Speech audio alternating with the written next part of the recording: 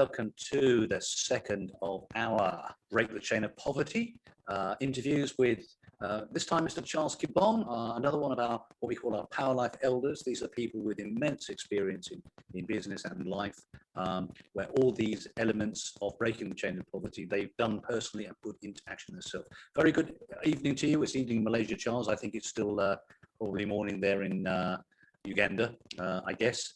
Right. So welcome to this interview. I'm delighted and very privileged to be able to speak to you like this. So remember what I said, the three elements that we are going to focus on in breaking the chain of poverty is the mindset, working with quality people, and communicating, why communication is so important. So let's take the first of those, mindset. Why do you think that poverty is a mindset, and why do you think it's so important to find a way of breaking out of that and changing the mindset? And how have you personally utilized that change of mindset, which has impacted positively in your life? Thanks for having me, Paul. Thank you very much. Poverty mindset is a terrible thing. It has happened to me. You know, there's certain characteristics about the poverty mindset that have affected me. And one, of course, the state of mind, which, you know, keeps people poor and affects our thoughts and perceptions, so that it affects everything that we do. But as far as I am concerned and my experiences are concerned, I have had a problem where I grew up thinking that certain things could not be achieved. And this occurred to me because the way I grew up, you know, it was generational mindset, if you like. It came right down from my great-grandfather through my great-father and eventually to my father. I was born in a poor family, and everybody around us, everybody in the village was poor. I went into a poor school. I grew up amongst poor people in the village. So I thought that that is how things are supposed to remain. So it affected me. But when I went into a secondary school, and because one of the best schools, and that was St. Mary's College, Kisubi, in that school, it opened up my mind. My personal tutor took to me, and he liked me, opened up my mind and said, you can do great things. And I didn't believe him initially. I really didn't. But in due course, I grew up to become the head prefect of that school. I became the captain, the football captain of that school, and I achieved a lot of things. And I said, well, I can do things. I can do things. And I went on to become a lawyer. You know, I couldn't believe it was me. I believe there are a lot of people out there like me, particularly here in Africa. The vast majority of our people, especially because of generational poverty mindset, they have developed to a stage where they've given up. And because of a number of other things, discrimination, it has affected them. We have now the opportunity to go out to a program. I am so happy because I know I can play a role to help the vast majority of our people change. Okay, that's fantastic. Brilliant. All right. Well, thank you for that, Charles. That's really useful. There's some real good insights there. So what you're actually saying is that one of the biggest obstacles to breaking the chains of poverty, mindset-wise, is the acceptance, almost automatic acceptance, that if you're in a certain environment, brought up in a certain way, and in a certain situation, the idea of breaking out of that is just so unreal that it doesn't even occur to you.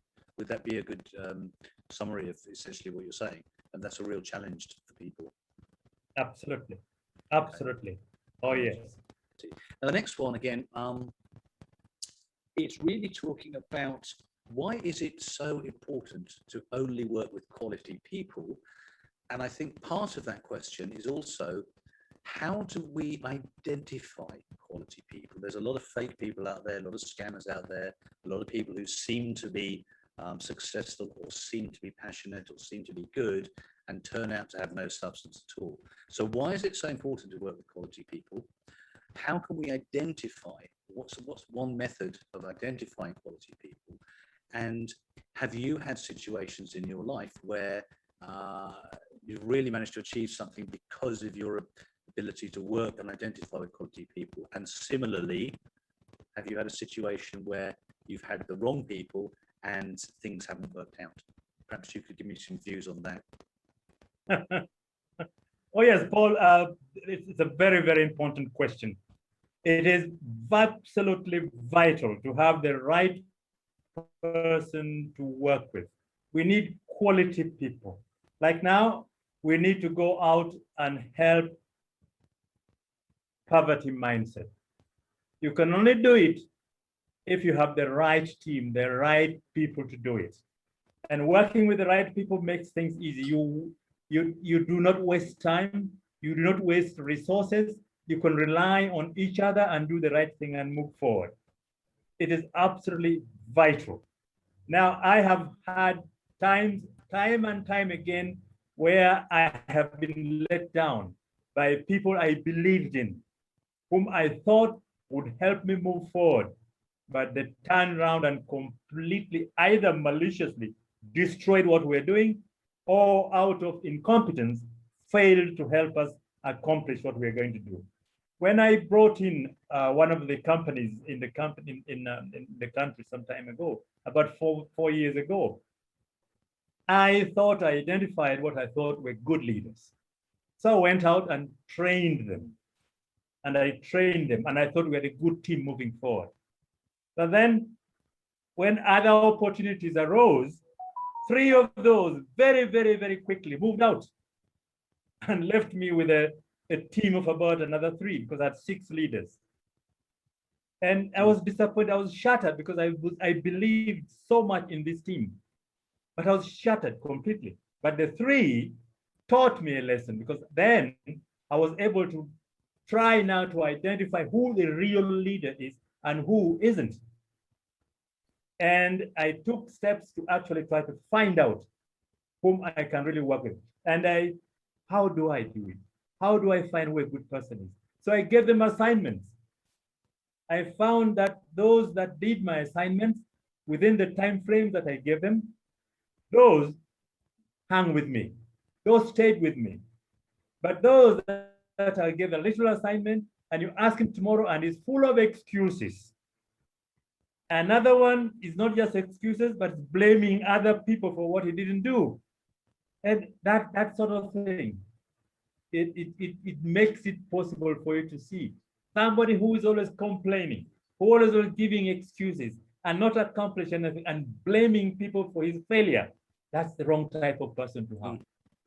But the person you give something to do and he does it, and you can see him trying to do it. There's proof that he's trying to help you do it. That's the person to stick to and work with. So it is important to be able to identify the right people.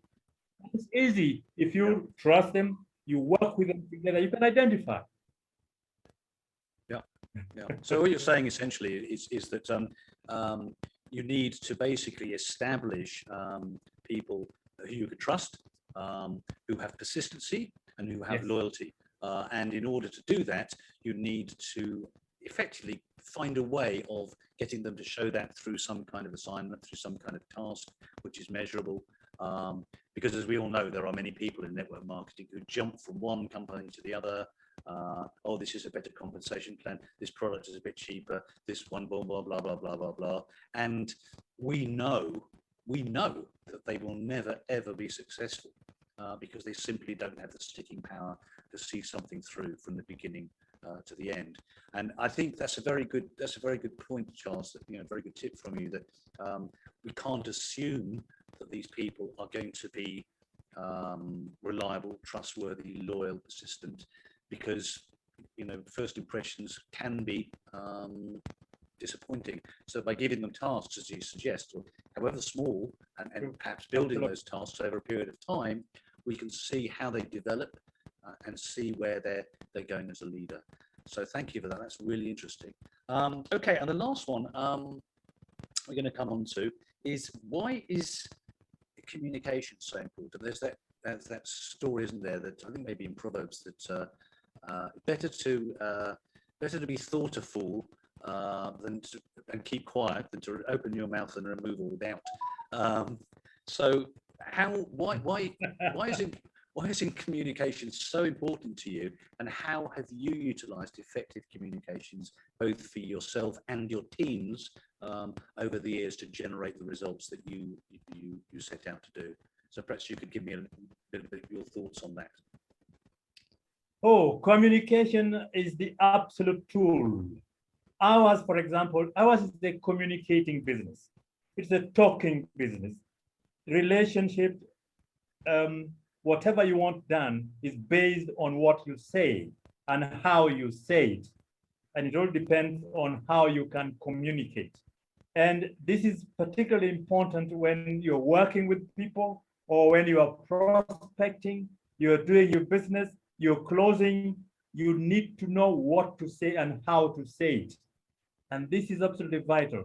Most of us, for example, when we are talking to prospects, we talk them out of the business because we assume that what we are saying is what's of interest to them. We don't know it. We just go ahead and blah, blah, blah, blah, blah, blah. And what we are saying, in effect, is of no interest to that person. And when we are dealing with a team, as a team, when you're looking after a group, it is important to be able to know what these people think, what they think about you, what their needs are, so that whatever you say is in line with their thinking and their needs. When, for example, you're going out to help change, take our own presentation, for example. Most of the time, company presentations talk about companies, they talk about compensation plans, they talk about products. They don't mention anything about the needs of the prospect. They don't relate the features to the benefits that affect, like now we want people to change. What we say should be about change. It should be about helping people change. We don't just go and say ours is the best company in the world, ours is the best product. So what? How do we help? How does the fact that we have our own factory, how does that help you change? How does it help you decide on how to go forward? And this is all dependent on how we communicate and how we explain our benefits. So yes, communication is absolutely vital. Charles, it's been great. I mean, so what we've looked at is basically the mindset, the quality people, and communication. And just to sum up your points, basically the biggest challenge to many people, particularly in Africa, in mindset, is an automatic acceptance of where they are, and they need to look above. Somebody once said, reach for the stars. You may not get there, but at least you won't come up with dirt under your fingernails, which I think is a wonderful expression. And many do, as you say, they wallow in where they are. They think they can never, or it doesn't even occur to them that there's a bigger world out there. So that was really insightful. Thank you for that. And then, you've talked about quality people and why it's so important for quality people, and how you find out what's really inside them as quality people by setting them certain tasks to find out their loyalty and their persistency and their motivation, which is really useful. I'm sure everybody will take that on board. And lastly, you spoke about communication and how we need to address everything that we do in our business so that it's on a one-to-one basis, so it fits the needs of the person that we're speaking to. And we need to find out those needs by asking questions and identifying it. So that's been really insightful and very useful. Is there anything you'd like to add before we close this relatively short interview? And by the way, I've really enjoyed listening to you talk. Leaders like you are really what we need. Thank you, Paul, for having me. Thank you, Paul, for having me. All right. We would go on and on, but I think for now we could do, yeah. No, don't worry, Charles. I mean, I'm really looking forward to an opportunity where we can really sit down at a stage in a conference and we can really dig deep into some of you, because you've had an amazing and very eventful life. You've had your ups and your downs, and you've been incredibly successful. And I think everybody that we've spoken to has had monumental failures in their life, and it's because of those failures that they've learned, particularly the three things that we just talked about through, and it's helped drive them forward to success. What is it? Somebody who's once said, "If you've never failed, you've never tried," which I think is very very true of all